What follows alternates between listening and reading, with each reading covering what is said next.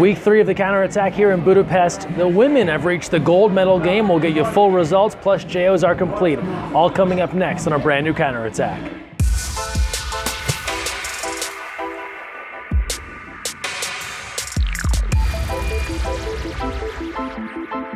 Hi everyone, Greg Mescall here. Thanks for joining us on the counterattack, brought to you by the Rudy Project and XX2I. We come to you from the competition venue here for water polo at the FINA World Championships on Margaret Island in Budapest, Hungary, where the USA women reach the gold medal game once more. A chance to defend their title, taking on Spain. Let's get you caught up on all the results. We pick things up in the semifinal match, USA and Russia came out on fire. They go ahead 2-0 in this one, but Team USA battles back to win it 14-9. A strong defensive effort, and it didn't hurt to have 5 goals from Rachel Fatal. After that win, Fatal talking about the team's defensive effort to maintain that lead. You just have to mentally refocus, and that's what we did. So just coming back and saying, hey, we got this, we're going to do this, and looking each other in the eyes and knowing that we just need to calm down and play our game. And so that's what we did, and we got to come back from that 2-0 lead and had a pretty good game after that. So. Then on to the gold medal game versus Spain, a rematch of the gold medal match from the 2012 Olympics, and a similar result, a win for Team USA. This time they take it 13-6. Maddie Musselman named tourney MVP. She led the squad with 16 goals, but Kylie Nuschel with a big game in the final. 4 goals, was named final match MVP. Rachel Fatal added to the all-tournament team. After the buzzer, everyone into the water, a major water polo celebration on Margaret Island. After the big win, Coach Krikorian on Team USA's latest World Championship. Well, you can never predict the game, but I think it went as I thought it would be a little tighter at the end.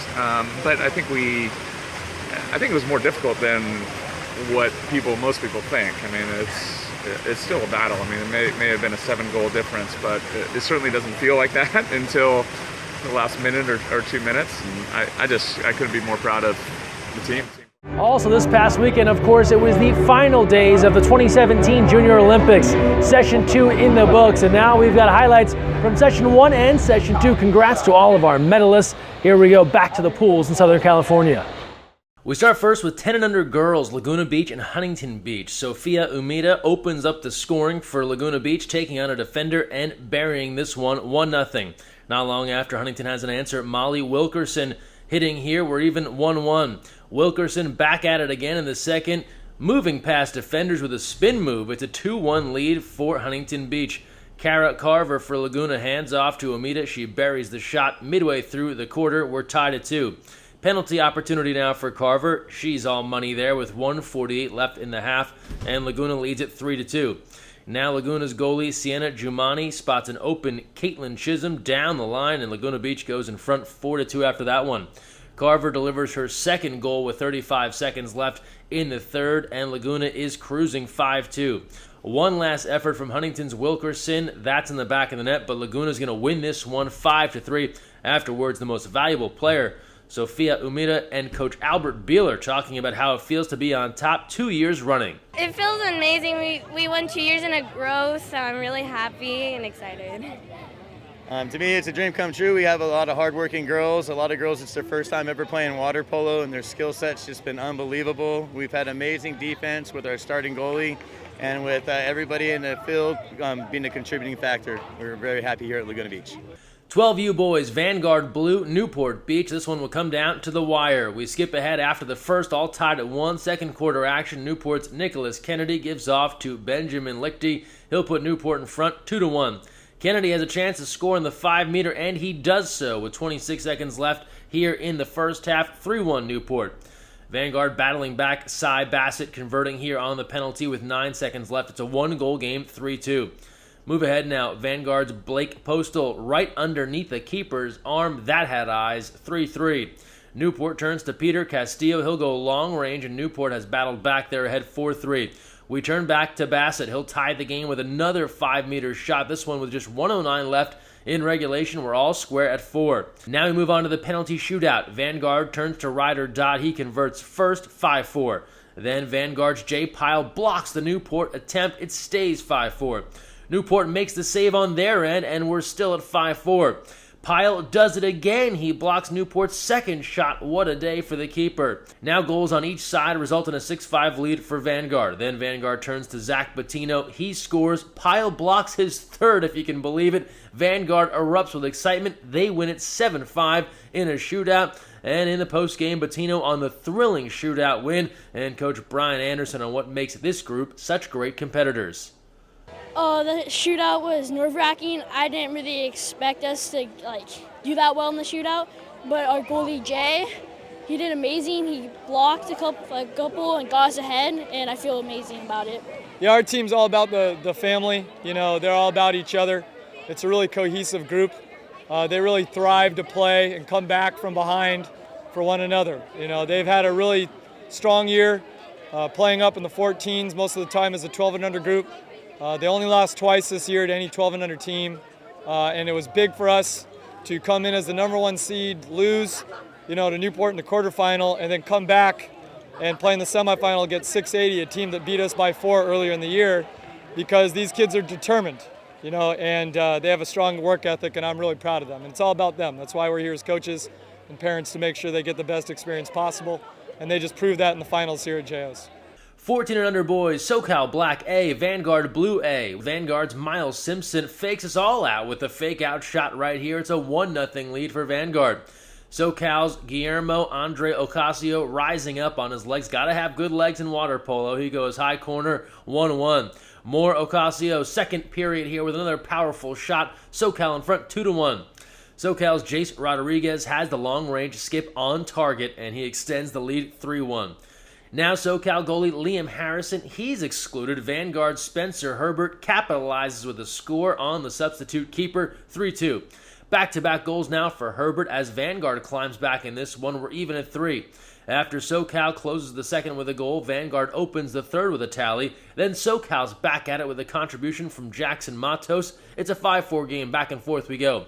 Back-to-back goals now from SoCal makes the score 7-4 as they try and pull away. Ocasio back in the mix here on the second of these 2 goals. One last score for Vanguard. They try and work their way back in. It'd be a hat trick for Herbert to make it 7-5, but they'll get no closer. SoCal's Matos is there once again with a long-range skip to put a bow on this one, 8-5. SoCal takes it. Afterwards, the keeper, Liam Harrison, talking about previous games with Vanguard and what made this victory so sweet, plus the head coach chiming in on why he's proud of this group. It was pretty awesome. I mean, we played them earlier on in the tournament, and we beat them in a shootout. So then to beat them now by 3 goals, it's really nice. Amazing group of boys. They, set out on a venture back in September of last year with one goal in mind: win the triple header, the 3 big tournaments of the year, and they went and accomplished that. Just an amazing group of kids that work hard as a team. Every individual just sits there and works hard, and I'm proud of each and every one of them. 16U boys now. Stanford taking on Trojan. Stanford's Sam Untrecht strikes first late in the first period. It's a 1-0 lead for Stanford. Back-to-back goals for Stanford. First Jaden Kunwar with the penalty shot, then Gabe DeSupolo fighting off defenders to bury another 3-0. Midway through the second, and Trojan's Stefan Vavic puts his team on the board 3-1. Then seconds later, Trojans' Chris Agliazzo scores on the rebound to bring it within 1-3-2. After Trojan closes the second with a score, they open the third with another, this from Clayton Allen, and now they're in front 4-3, but that lead would not last. Untrecht will score 3 in a row here for Stanford. They go in front 6-4. Then Stanford closes the third with one more goal thanks to Larson Weigel. It's a 7-4 game. Later on, fourth quarter action now. Stanford back to DeSupolo. He's back for more, scoring on the redirect from Kunwar, 8-4. 4:07 left now in the match. Agliazzo fakes out the goalie and the defenders. Upper corner, that's on the mark, 8-5, but Stanford too much here. Back-to-back goals for Stanford, bringing them to 10 on the match. Eric Warmoth scoring the last here, making it 10-5. Post-game, Jamie Frank about the process getting this gold medal game, and co-MVPs Noah Smith and Alexander Nemeth talk about why their JOs 2017 was a success. You know, they played really well. I got to give props to Trojan and all the teams we played this weekend. Really proud of just the process. You know, you go through winter season and spring and JO quals, and and hopefully we played better every game, and I'm just really happy for the guys to be able to end the season the way that they did. I think just the hard work and dedication we all went through. We all do double days. We all do high school practice. It all leads to this. And I think just through all that hard work, that's how we came out with this victory. Yeah, I think we really came together as a team. At the start of the summer, we were having trouble kind of coming together, and we had a lot of guys missing throughout the summer. And then at the end here, I think we were really able to come together and really work to achieve a goal. 18U boys, Vanguard, Santa Barbara Premier A. Ryan Hurst opening the scoring for Vanguard. He is fired up after burying this shot 1-0. Shortly after that, Evan Kim comes calling. He'll answer here. It's a 2-0 lead for Vanguard. Moving right along, Vanguard with efforts from Hurst, Garrett Zahn, Ethan Wojciechowski, and they close the first on fire, ahead 5-0. It appears to be the Vanguard show in this one as Zahn opens the second on a skip shot score right in the back of the net, 6-0. After Wojciechowski converts on the penalty, Quentin Osborne spins to bury this shot, 8-0. They're cruising. After another Vanguard goal, Santa Barbara finally gets on the board. Miles Cole beats several defenders to get his team in the mix. They trail 9-1. Vanguard closes the second with one last goal at 8 seconds left, and they go ahead 10-1 after 2 quarters. Santa Barbara's ready to rally. Taylor Gustafson scoring here on the dish from Spencer Wood. It's 10-2, but Vanguard an immediate answer. Andrew Tucker forging his way to the goal and scoring 11-2. After another Zahn goal, Santa Barbara goes back to Gustafson, who responds with a great individual effort. 2 scores in a row. First, a helicopter shot, and then one halfway underwater. It's a 12-4 game. Vanguard with the final word in the third quarter. Osborne scoring here. It's 13-4, and Vanguard is ready for the medals. Dylan Elliott scores for Santa Barbara in the fourth on the dish from Adam Gross, but as was the case all match long, Vanguard had an answer. Curtis Jarvis seals the deal with a lob here, 14-5. Strong efforts from Gustafson and Jesse Morrison to bring Santa Barbara a bit closer, but it'd be Vanguard winning 14-7. Larson McCarroll and coach Alexander Petrovich on the passion behind this team win for Vanguard. These guys played together for quite a few years. Some of them have been together since they were 10 and unders, and playing in high school, they came up a little short in the finals to Oulu, and this was another way to bounce off of that and come back and get another trophy and prove themselves as a team and finish up their club and high school careers. Earlier today, we had an exciting game against the Modern Day team. Once again, we played them twice this JO run, and I would say that it was really, really intense. 11-10 was the final score, and so we were really pumped from that game, and we really wanted to come out and just destroy them early on so that we could just cruise and get a good win.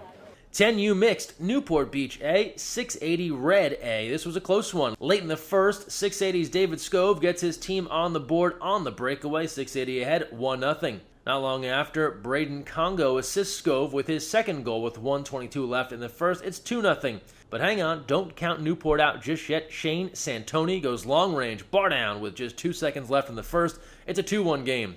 Congo is at it again in the second, this time scoring it himself. 680 in front, 3-1.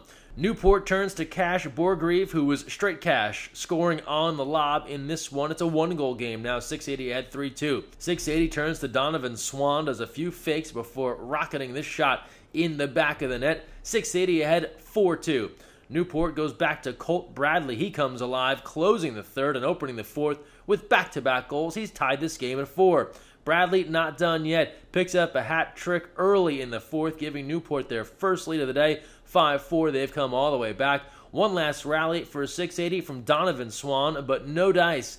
It's Bradley sinking his fourth goal of the contest and carrying Newport to victory. Post-game, Bradley on the win and being crowned MVP. Coach, about the difficulty of this win. It was tough, but my team and I helped, got all the way through it, and it's just amazing to have this medal. That was a really tough game, actually. We knew it would be tough, but basically, they're leading for the whole game. I think we catch up on the fourth quarter. We're not really playing well, but the kids show a lot of heart, and then I think at the end of the day, that went really well for us, right? The heart that they put in, the whole year we worked really hard. We have a lot of talents. It feels really nice to be here back to back and win one more time. 12U girls, Laguna Beach and Riverside. Low-scoring affair. Riverside turns to Sophia Greenewald, and she's on point, striking first on the dish from teammate Ashley Williams. 1-0 Riverside. Not long after, Charlotte Riches goes back-to-back with goals to get her team not only on the board, but in the lead. A cool spin move on this first goal. It's a 2-1 lead. Almost a non-scoring period in the second until Riverside's Savannah Shaw converts on the penalty shot. We're even at 2. Laguna Beach's Avery Montel has the corner throw over to Lauren Short. She has the quick moves. That ball's in the back of the net. Laguna is in front 3-2. 4:20 left in the game. Back to Riches. She's back at it again. Laguna Beach ahead 4-2.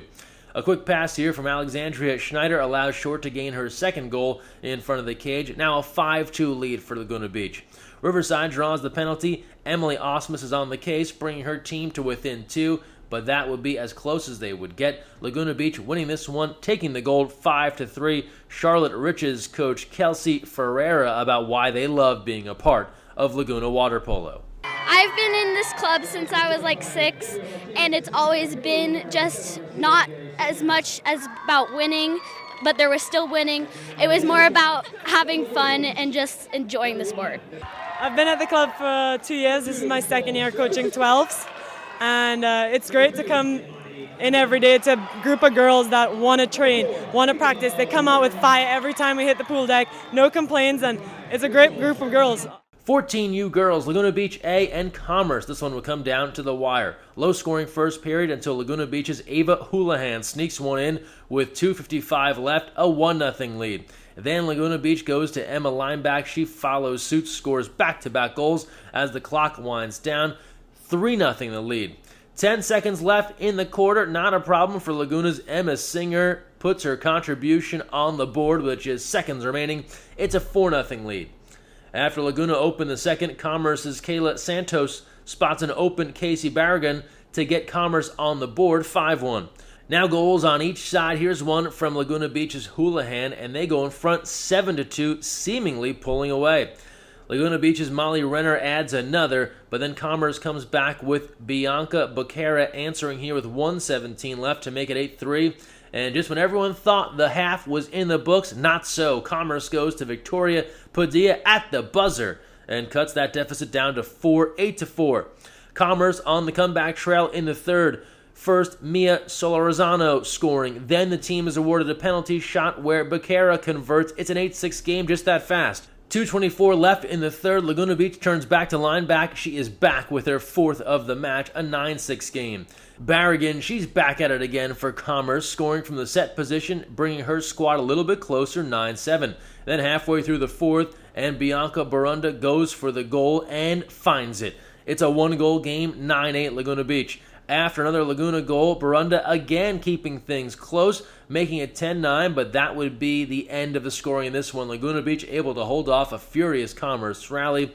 After the match, MVP Nicole Struss, head coach Rob Carver, explaining how the girls held on to the lead and kept their cool against Commerce. During the end, we just, as a team, we've been through a lot of those, like where we get close or it's either us taking the lead or the other team coming back. And so we just kept together. We didn't get down on each other. We kept positive and we talked through the whole thing. The communication, honestly, was what got us through it. We kept talking on dropping and pressing, and our goalie did an amazing job. Everybody worked so hard until the last second of that game. We always talk during the game, no matter what happens. We don't get happy. We don't get sad. We just keep grinding. It's exactly what these girls did. 16U girls, Rose Bowl Red A, Diablo Alliance Red A. Early on, Rose Bowl's Natalie Wilmans opens the scoring with a spin move to start this one off 1-0. Moments later, Catherine Lyons responding for Diablo. We're all tied at 1. After Rose Bowl converted on the penalty, Sydney Hurst gets a third goal, and now Rose Bowl expands their lead 3-1. Genevieve Freypoint of Rose Bowl opens the second by sliding this goal under the goalie's arm. It's a 4-1 lead. Diablo returns fire. Catherine McCarthy hitting on the dish from Alexis Rowell, bringing the score to within 2, 4-2. Back-to-back Rose Bowl goals here to close the second. Wilmans opening the third with her second and third goals of the day. And just that quickly, Rose Bowl's in command ahead 7-2. With the third period winding down, Alexis Rowell comes calling again for Diablo, hitting here with a pair of goals to end the period, and it's a 3-goal game at 7-4.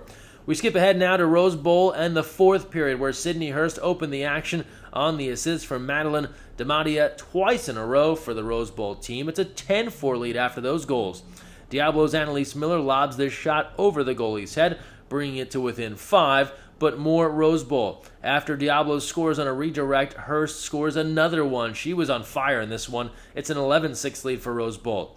Last-ditch effort here from Diablo, from Isabella Wenzel, but not enough in this one. Rose Bowl will take the match and the gold 11-7. Afterwards, the MVP, the keeper, Caroline Stern, on the victory, and head coach Adam Roth on the resiliency of his squad.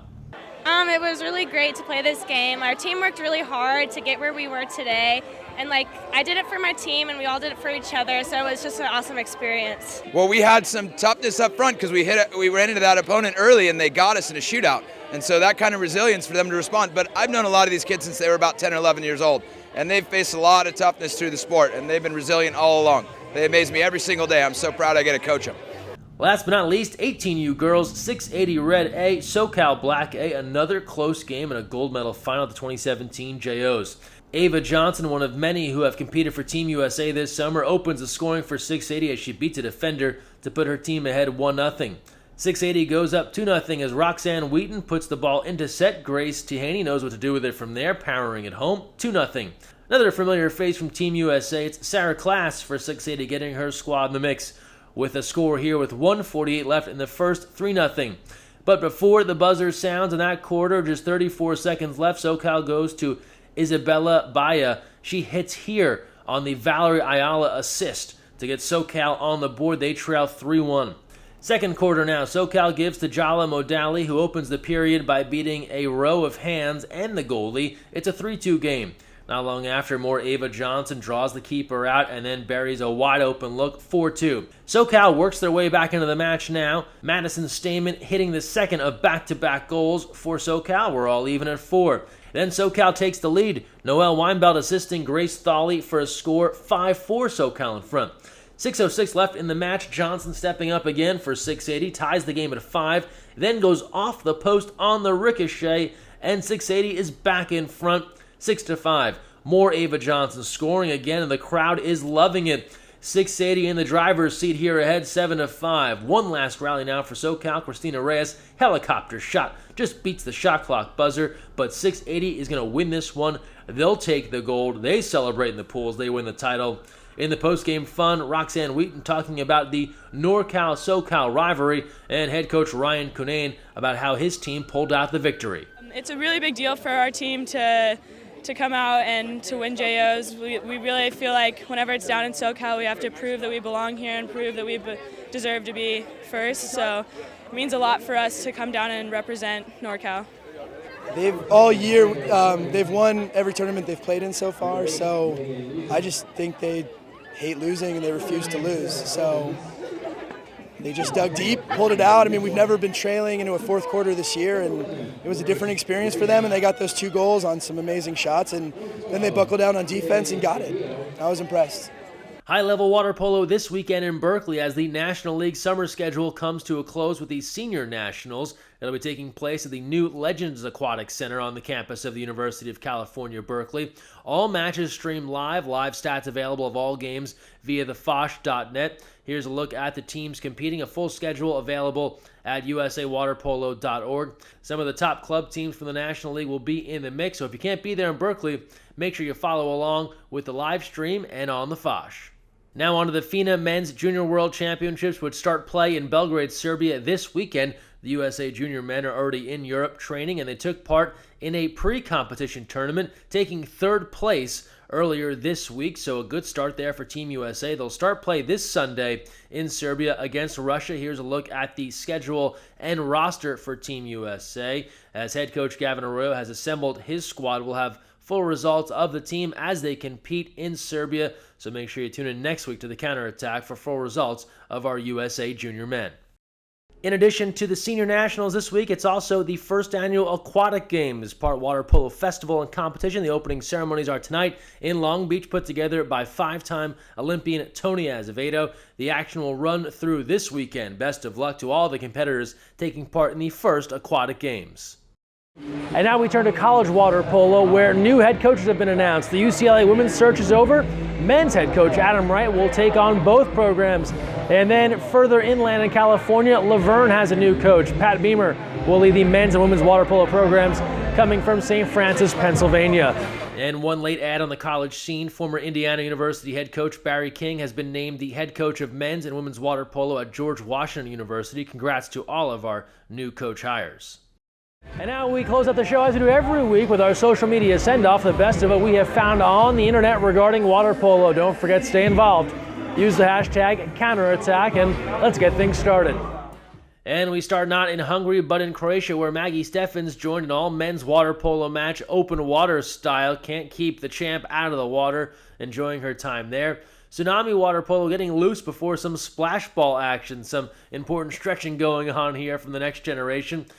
Back to JOs, where this 14 and under squad is fired up for their competition, thanks to Julia on Twitter. Davis water polo squad, this crew, their last game together at JOs after 8 years in the water polo mix. Congrats there from Repower YOLO. Into the fountain at Chapman for one team after earning some hardware. The water polo coach sharing this on Instagram. Olympian Jesse Smith hanging out with some JO participants, also celebrating their birthdays. Congrats to those JO birthday girls. Shout out to all the referees taking on JO. Some long days, tournaments, a grind. Appreciate all of their contributions. Cullingham sharing that. And now we start off Flop Friday, sort of. Coach Seth here with some great form on this flop via NorCal. They were painting it as a loss or a punishment of some kind. We think he nailed the Flop Friday. Now Santa Clara and Foothill. They played at JOs, and then afterwards, the teams that play together, they flop together.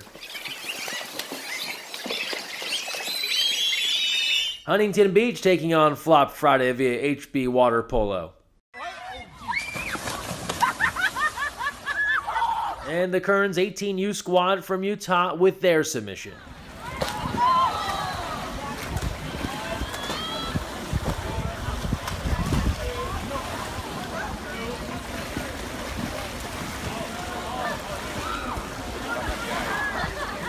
So there you have it, the best of what we saw this week on our social media send-off. Thanks to all of our contributions. That's going to wrap things up for us here in Budapest. Thanks for joining us. And don't forget, when you're on the counterattack, even right here on Margaret Island, look weak side.